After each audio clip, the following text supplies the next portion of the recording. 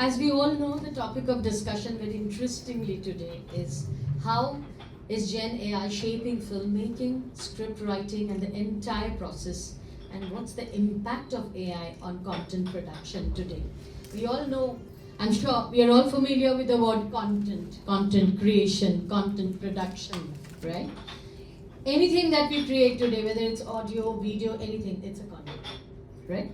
So Snehal here is, Snehal and Sharad both have been into this, and I will just have to say first, I'll just take you through a bit of my experience in present time, which is, about how AI impacts education, because I'm also a VF, a visiting faculty with a couple of media institutes in Calcutta. I have been, I'm still there, they still call me for lectures and all. So absolutely in the recent past, in the last year, a batch of postgraduate diploma students and undergrad students, so when I was correcting their answer papers, when I was discussing them, so I used to take classes, I still take classes totally on film theory, filmmaking, film theory, film appreciation course, the kind of curriculum we all know they have. So it is totally very theory based. It's about silent era, it's about the talkie era, it's about the technological advancement, everything is the marketing part of it. Now, of late, there was a lecture session that I did. So I could see that if I told them to prepare something and come, to follow up the first class with the second class and ask questions on the topic that we've discussed while I was teaching, they would come with questions from even ChatGPT. Okay? First it was the questions. Okay. I would answer them. Of course, ChatGPT film history, mind it. So what are the keywords they are putting? I didn't know. Honestly, yeah. Then again, when I was correcting their answer papers, which was intriguing for me, I could see among 5 questions, all have been answered random how you will get a question answered on ChatGPT. So it goes on repeating, right?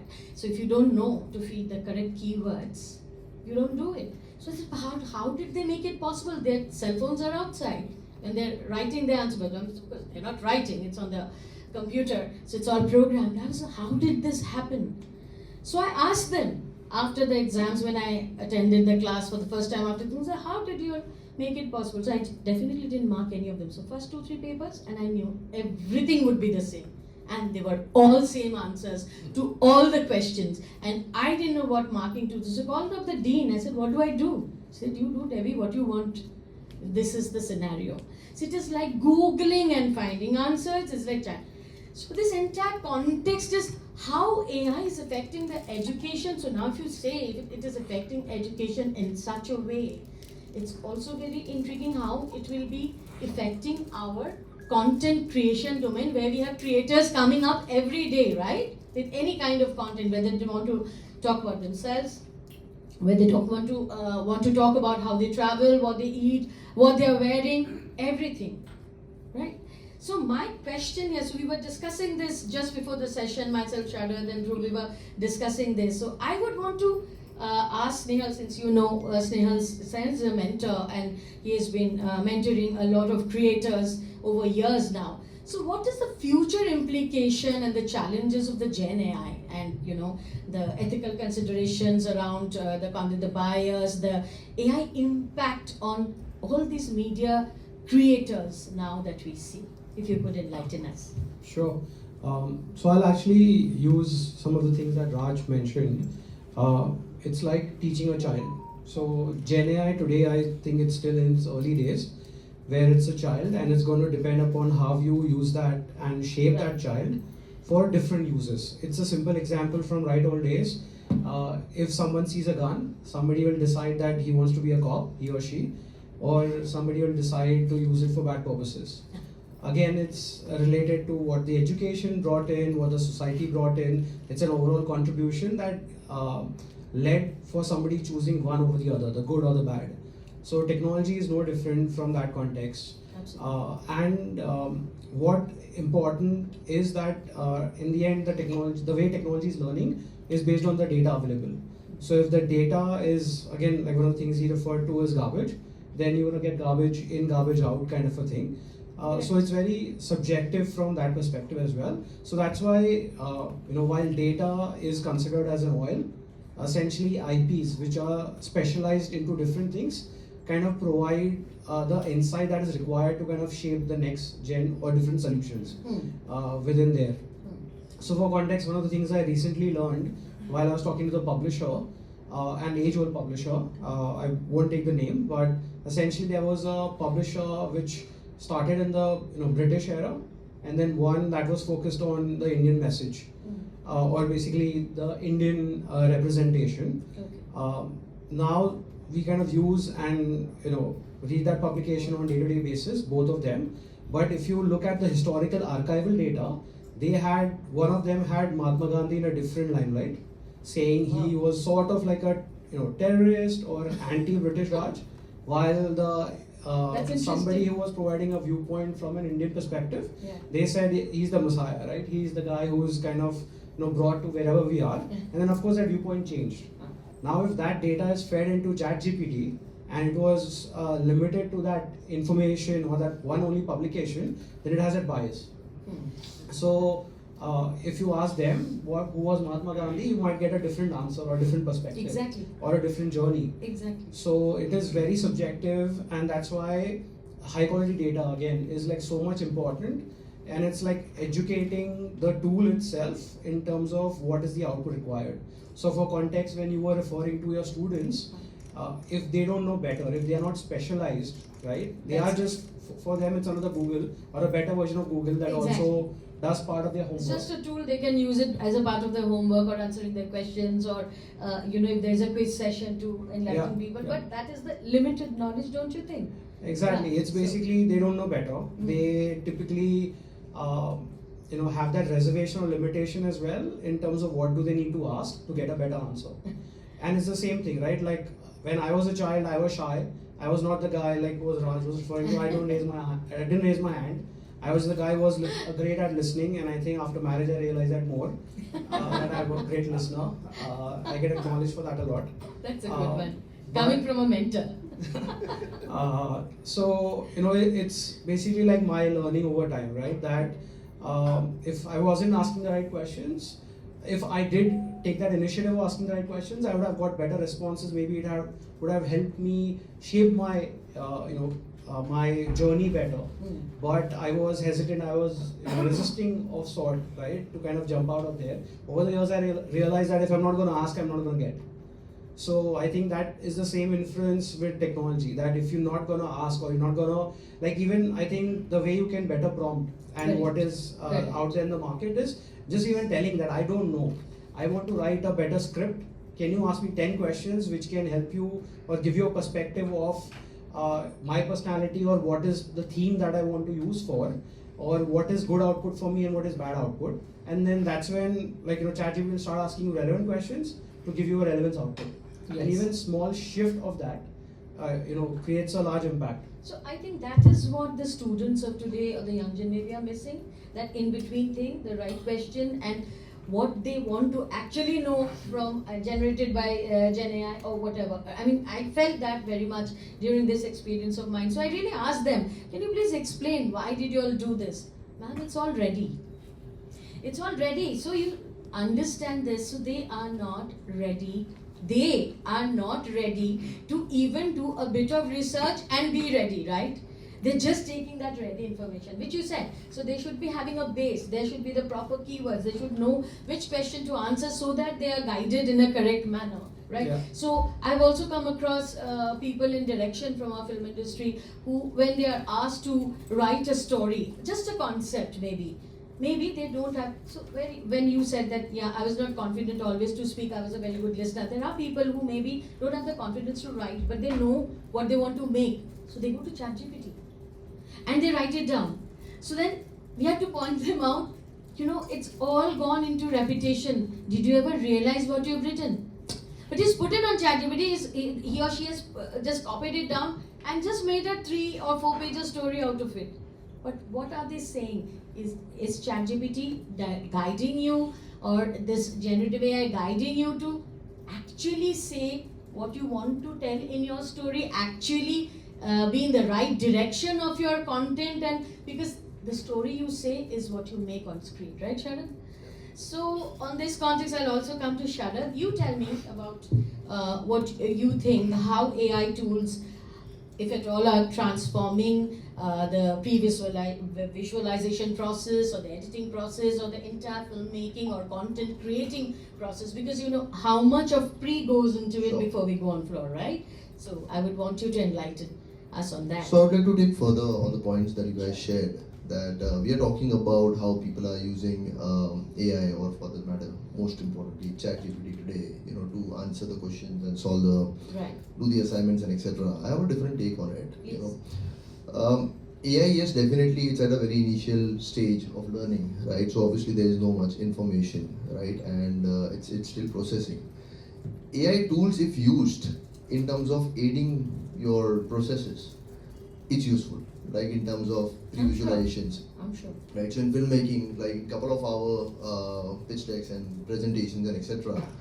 As we have seen in filmmaking, every second pitch deck looks the same, right? Right. There are I top agree. 10 faces, and you see every deck with the same faces, right? So what we also started doing is, because you want to, like the great presentation that Rajbhai showed, Yeah. right? It's all AI It's a generated. wonderful You are able presentation. to put the visuals to the descriptions, right? So that is aiding your thought processes. Correct. That is not replacing your thought processes.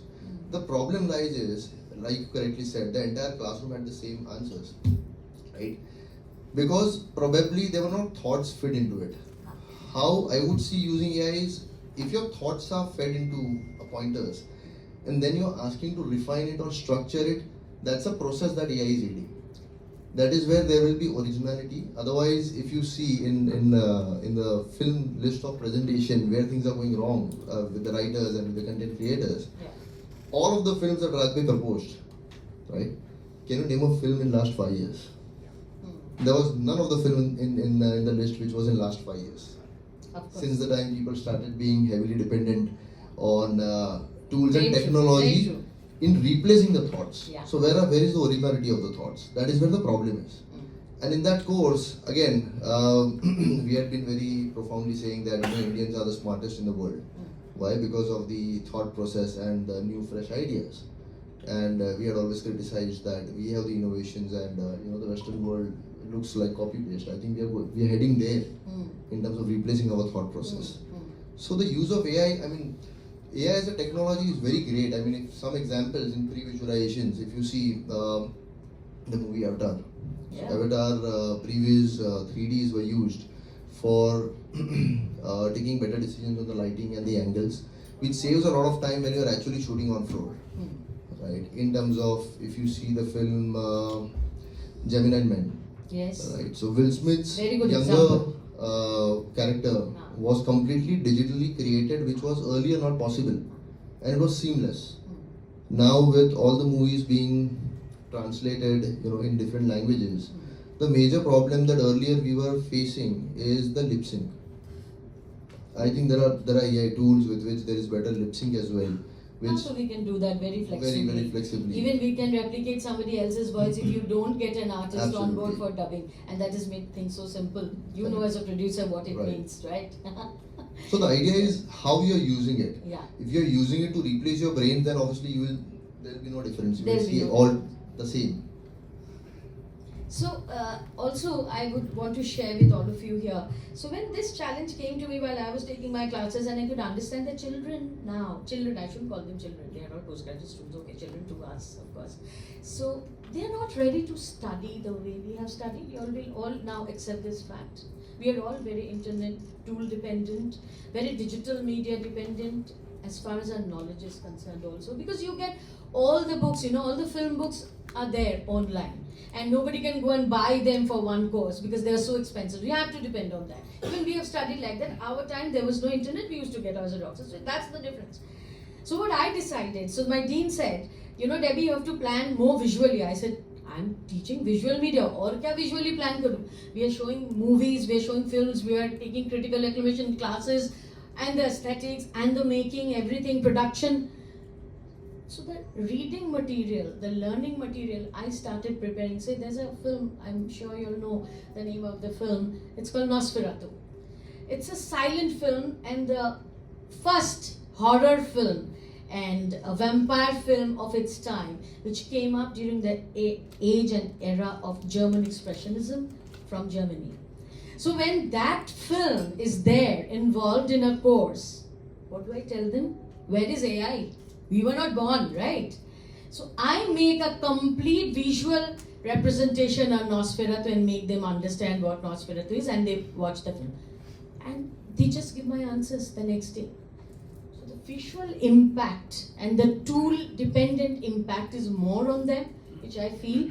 So I want to ask Nehal, so what exactly in this area of content creation you think as a mentor you should be guiding today's young gen on? I mean, what would be more useful for them, not only as tools, but as a learning process to go into the correct direction and try and express what they want to express through their content creation, through their content, whatever it is, whether it's film, it's a digital content, podcast, audiocast, whatever.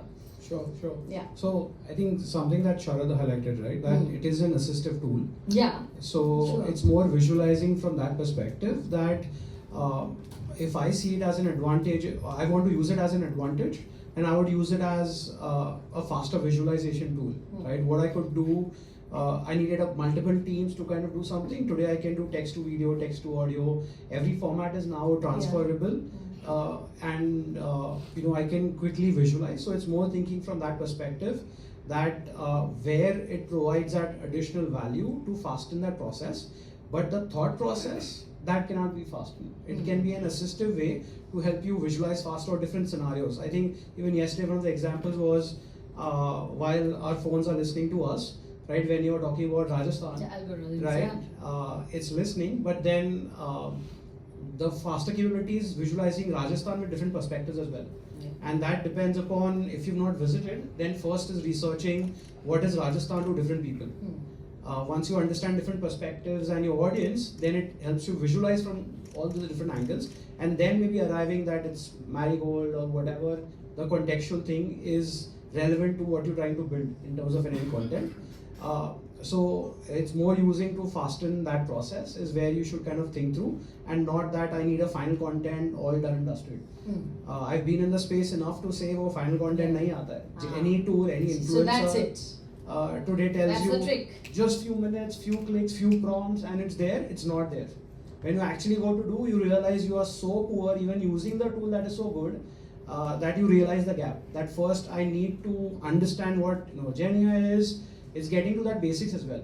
Yeah. People try to skip that, and that's where I think most of the falter is.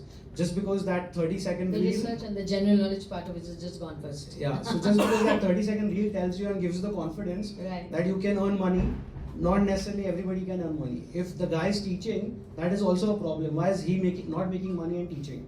Right, in a way. Like he should be right now building stores or building content or doing those things. But he's mastered a template, or he's mastered the way to hook people, and that's what his specialty became. Right, so that's a skill set. Not that like an AI told him to do. Eventually, out of lot of trials and errors and analyzing the data, that individual has gotten to, okay, this is my trick of creating a content. So I think that journey, no matter how many tools will come in, that journey is yours to take, and you got to figure out that path to kind of get there. You could be great in one, you might not be great in other, but that's where the tool comes in to kind of bridge that gap. That once you arrive to the point that gets you to the final destination, then you take that, and not as a mean of shortcut. Well, thanks, Nehal. Sharad, I want to ask, did you have any experience recently about any film script or any concept which has been written with the help of AI? And just to enlighten how it went and what was the impact and how you felt about it. I'm sure you have come across people who do So I think so far my journey as a filmmaker has been very successful with all the films being recognized very well. Big films. And I feel the essence had been that we never relied on analyzing it based on any tool. So far whatever AI I have used is not in the manner of analyzing script or anything, or even taking the suggestion. In fact, I'll share an example Please. One example of using AI tools and ChatGPT particularly, right? So I have a habit, whatever I want to draft and stuff. I mean, majority people go wrong because they normally just ask one line question, okay, generate me a proposal, generate me this, etc. etc. What I've seen, even in our film industry, majority people have started using ChatGPT and other tools for generating the proposals and the drafts, right?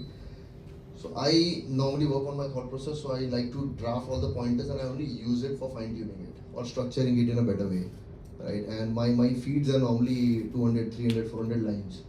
So twice my ChatGPT hanged. So when you said it cannot fasten your thought process, right? It can really help you structure it, but again, if it's your fitting thought process, and that too, then I after rereading it, the thoughts that you put in, there are still errors to it because the meanings are changed. Lots of errors. Right, and I have seen my experience because people sending certain stuff, they have generated it and copy pasted and sent it. They have not even bothered reading it again, and perspective has changed. Completely. So it's not what you want. You don't get what you want. Absolutely. So वही है ना, when we used to there's a Hindi word na, ratta maar ke when we used to go for our exams. ChatGPT or the AI tools may be doing that, but no. So having said that, we are in an era where things are really evolving, and in our industry, the technicalities evolve every day. There are changes in camera, in lenses, in the editing tools. Again, I'm talking about tools, in the sound designing tools, everything. So our technicians, I'm sure we'll have a couple of them here also, maybe amongst our audience. They have to upgrade themselves, and how? Whether it's our production procedure, the pre-production procedure, mainly the post-production, which is totally technical, which starts from dubbing, editing, DI, color correction and everything.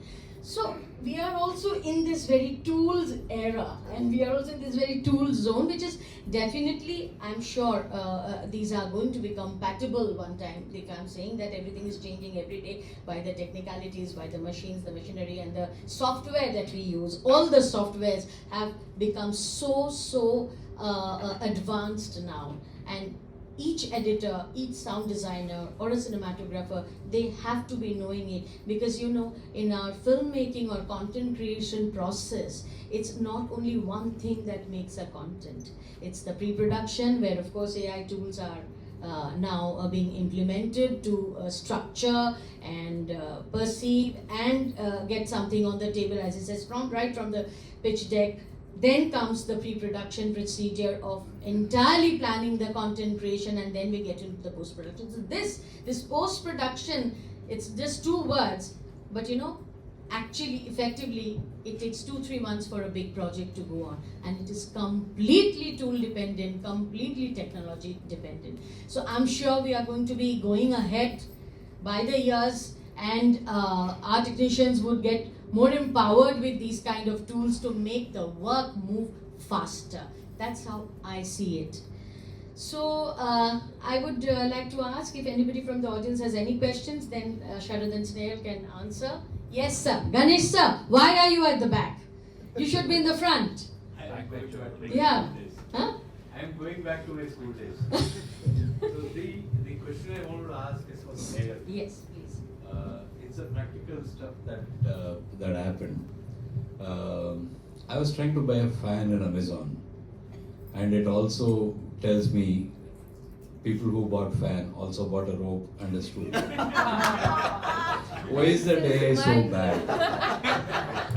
It basically means that it has bias, right? It doesn't have the right data to say that I shouldn't be proposing that while it is a popular purchase, but I need to get trained better to give better results and not push people towards possible suicide. So I think it's that data bias. Yeah, I can never do that. Please tell me. Yeah, absolutely. And see, partly right, anybody who's building these tools, that's the first thing. Actually, I would say, like, as we are building our tools as well, first thing सोचना पड़ता है कि गलत तरीके से कौन use करेगा, and actually building those guardrails first, rather than saying what we build or how will we define those guardrails. Because abuse is gonna happen, no matter how positive or optimistic you will be. You can think best for the world, but somebody is sitting out there who has thought that जैसे ही ये कुछ आएगा, or let's say like text to video hai, I'll use it to create bias content or anti-election content, right? And recently, like we've experienced, so we also get those requests. Hey Snehal, can you do this? I'm like, no, I'm not doing it. Really? I'm trying to prevent that, and that's our one approach to that. See, there you go. But yeah, I think it's that bias that we have to build and make into these tools to avoid. Yeah. I think that gentleman has a question for us. Hi, my name is Titus Sequeira. So as it shows, no hair, grey. But when people ask me what I do, I say I'm retired. So not as TIRE but TYRED. So I'm now the new 22-year-old, if I may. Wonderful. So what I do is I work with children with disabilities in Goa. Okay. So I'm a tech guy from Wipro R&D from 1983. So people, one individual here, very close to what my age group was. So I want to share this because, especially when you talked about AI, my first ever program I wrote was called Who Am I? It was written in a language called Lisp. Okay. Now you may know what a Lisp is. I'm talking about June 10th, 1983, not 2023. Yeah. So I've written the first program where I was told, Azim Premji sir, can you write something that allows you to talk to the computer for the longest time? That was the problem definition. Now if you think back from 83, today at where we are at 24, we are speaking the same language. What should I tell the computer so I can get answers? I think there's a bigger picture we need to look at. The picture is, why is AI important? I think Jensen Huang told you very correctly. Let's not focus on technology. Let's focus on who we are. We are the programmers of tomorrow. We don't have to write software programs. That will be written by big boys. So we cannot, like I heard you say everything about connecting with Meta, blah, blah, blah. We didn't see any IT company in India creating an IP that we are going to use.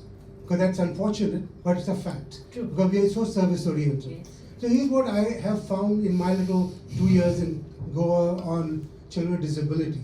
I think AI is all about equalizing society. If you're able to look at it from that perspective, we can look at AI to be a very strong tool. If you look at so instead of asking what AI can do, don't even ask that. Just don't ask what you want.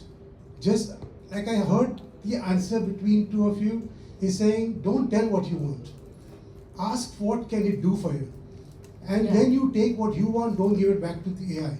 Once you give it to AI, that's a humanoid. Yes. The humanoid comes, then all of us are not required. So I think very important to me is that as equalizing society, it's especially when I have children with disabilities, like I think Rajiv sir talked about it. If we don't do anything in the next 36 months, we have nothing we can do for these children. So we have 36 months between now and that time. Because by the time AI matures, it's always maturing in the last 6 months, it's like it mature over the last 10 years. So I've been neural networks guy for nearly 12 years. But I have never seen the progress that's happened in the last 6 months. So in my opinion, if I have a question to ask, how do we see this from a perspective where AI becomes disruptive so much that we don't have jobs? It's a fact. Let's not dodge it. It's a very pertinent question. You can't dodge it. It is going to take up. So how is it that Amar Chitra Kada, Panchatantra, these are things that are not in AI. Yeah. Why not we embrace that and make that to be our future of India? That makes us the leaders in AI. That can be center of excellence. Rather than finding another US product so I'm a Canadian citizen, but I am very much passionate about Indian soil. So why not we take those which are embedded in our heritage, outside of religion, outside of politics, and bring that into AI. That may be our USP, possibly. And in that journey, I think my children will definitely do well. Because when sir will tell you that they are good in one thing, the person with children with disability, nobody can beat them in that. Right. So I'm hopeful with all the good stuff that you guys are doing, and our children can learn from you, we can make a future. Thank you. I'm sure. Thank you. Thank you. To that, I'll just say one line, right? And I think you would have heard it in multiple places, but AI is not going to replace jobs. It's going to replace humans that don't use AI, right? So I think it's more from viewing from that angle, that if you see it as your enemy, then you're not going to make the right use of it. You got to figure out how is the best tool, or wherever it can be used. I use it on my personal side as well as on my work front. So it's just finding those right usages and figuring out how it can help you do your job better. With the right balance. Yeah. Thanks, Neil. He has a question. So, after listening to all of you and being so inspired by AI, and there are such brilliant, intelligent, creative people out here, I asked AI, I put this prompt into ChatGPT. I'm at a panel discussion on Gen AI in relation to filmmaking, where I am an audience member. I want to ask a smart question about this subject that will make me sound intelligent and position me as a deep thinker and creative. Good one. That's a wonderful one. And it gave me a question, but it reminds me about what you said. AI is a kid. Give me a very childish question, okay? So I told it, and it also tells me what this question demonstrates about me. Then I said, this is too basic and immature. I need something more intelligent. And then it went on the complete opposite end of the spectrum and sounded like some nerdy kid. But I would love to know, now I use AI to bridge those gaps in my education. I would love to know, as a filmmaker, Sharad, I have an idea for a film, right? But I don't know how to write the script, the storyboard, all that stuff. Currently, what is the current generation of filmmakers using to bridge those gaps? What tools do you use often to bridge those gaps? I know, like in storytelling, there's some 11-step process in creating a good story for film or something like that, right? So, what is the current generation of filmmakers actively using on a daily basis to create better stories, scripts, things like that? So in terms of learning how to write a script, obviously there are specialized courses, right, of script writing. How do you write the script? Which No is time to go for the courses. correct, but which is more from the technical perspective, right? I feel when you say story writing, it's as good as you being inclined to singing. I feel it cannot be learned. It just comes from within. See, script writing is a structure. There are defined parameters also. In fact, one of the writers actually gave me a standard template of a checklist, that how at the beginning in the first 5 minutes what is the high, then at the 15th minute what is the low, then at the interval point, so there are graphs which are taught as a standard, as a parameters, right? But does those graph hold true for all the films? The answer is no. In fact, I'll tell you my practical experience of my first film, which was a Gujarati film, Chhello Divas. Right? I don't mind admitting on the open forum, if you see the film and if you tell me what is the story, I'll say there is no story. Right?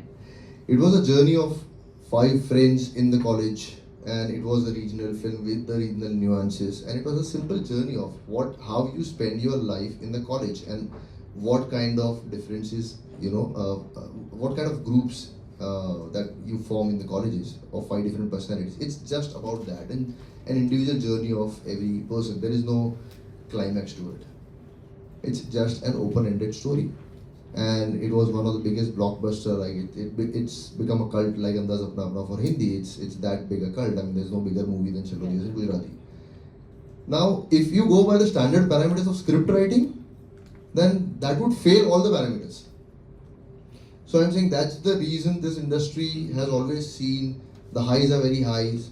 Earlier the lows were very lows, but now it's more balanced, with various opportunities and various structuring that is possible now. But I feel story writing or learning story, it cannot be learning. It comes from within. It's like writing poetry. And rest, the tools, now there are various tools in terms of structuring the script, in terms of how do you break down the script.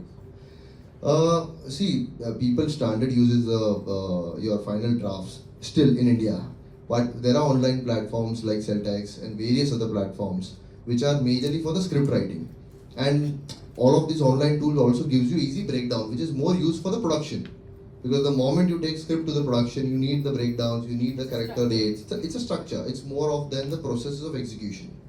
But when you talk about, it's a standard software, and till date the majority of the people use Final Draft, which is an desktop-based application. But people have now started shifting to online tools. Celtex is most used. Yeah. Anyone else? Anybody else? So okay, it was a wonderful discussion. One question. Okay. You have There's not, another person at the back. Ma'am, you didn't complete how those students all had the same answers without a mobile phone and without internet. No, so they have done that bit for themselves and then entered the hall. Understand that. Understand that. But So they if you are memorized. doing a group study, like nowadays children, they generally, the higher study students, basically higher education students, they study in a group because they get a lot of excitement, they get a lot of energy out of everybody working, not on working on the same thing, but on various topics. So they did that. So that's what I wanted to highlight. The answers were same, so I know in the class, so if this is a class, if there are 5 people sitting together there, and I always see those 5 children sitting together, I know they study together. All 5, 6 ka answer is the same. So they've done it. That they have memorized, and they've just written it. So when I'm matching it, so trust me, Raj sir being here, I shouldn't be saying, I didn't really realize initially. It was all being done by these AI tools. My other colleagues had to tell me, Debbie, this is ChatGPT, this is that. I said, oh my God, I never knew how to learn from them. So how are they doing it? So then I tried doing my teaching modules in that manner. You know, I made the slides, and Nosferatu, the film that I mentioned, it's a wonderful film. If any of you all have not seen it, it's still available on YouTube and all. You must see. It's one of the most advanced films of a silent era of film, where you have backdrops as how you have in a painting, and theatre backdrops. Those are all stills. They're just filmed. And the film is made chapter to chapter. There's one chapter, there's a second chapter, but it's a film on the first vampire. So on this note, I have to also say, our house, Rocked Films in Mumbai, we are very much into this genre of horror and thriller and vampire movies, and we call it our micro-budget studio of Rock Films. So a big hand to Rock Films and a big hand to all you wonderful people out here for listening to us and sharing your ideas and giving us time. Thank you. Thank you. Yeah, please. So I know whenever somebody sees a QR code, feels like spam. So just wanted to show an example, and we're not going to spam you guys later on. But essentially, if you scan, what is going to happen next? There's a form you fill in. But what we wanted to show using this is essentially how everybody can be a content creator and can monetize yourself. And it is, I think, continue to one of the questions you asked as well. How do you level the playing field, right? So while yes, somebody else can do better, but essentially with this, what is going to happen is you upload a selfie and you will be endorsing a coffee or a chips, or there are 10 different products that you can choose from. And then there is a final creative that basically you get, you being part of that. And it just tells you that, hey, if you would have monetized this, or like in this case, your face or visual identity or a voice, it can lead you to earn money while you're sleeping. So it's just that example. So while I think we have a coffee break. No? Okay.